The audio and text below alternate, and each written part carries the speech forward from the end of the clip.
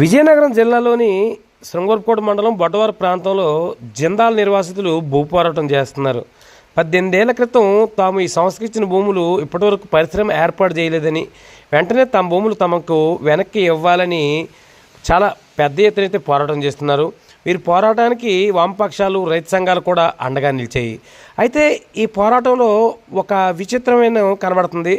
అదేంటంటే ఒక 100 ఏళ్ల బామ్మ చూడండి, అందరి మధ్యలో కర్ర పట్టుకొని నిల్చుంది. గడ్డమ్మ, ఈవిడిది బొడ్డవరం పంచాయతీ అమ్మపాలెం.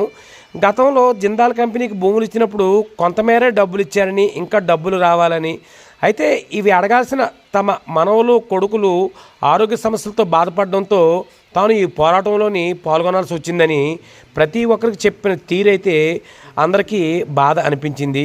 నిజంగా 100 ఏళ్ల ఏజ్లో నాకు ఈ కష్టం ఎందుకు, నాకు న్యాయం చేయండి అంటూ ఈ మహిళ అక్కడున్న నాయకులను కానీ, పోలీసులను కానీ ప్రశ్నించిన తీరైతే ఆశ్చర్యపరిచింది. చూశారు కదా, పోరాటం అంటే దానికి వయసుతో సంబంధం లేదు. తమకు రావాల్సిన హక్కుల కోసం, న్యాయం కోసం ఏ రకంగా పోరాడతారనేది ఈ గడ్డమ్మను చూసి తెలుసుకోవచ్చు. నిజంగా ఈ పోరాటంలో పాల్గొన్న ఈమెను చూసి పోలీసులు కూడా ఆశ్చర్యపోయారు.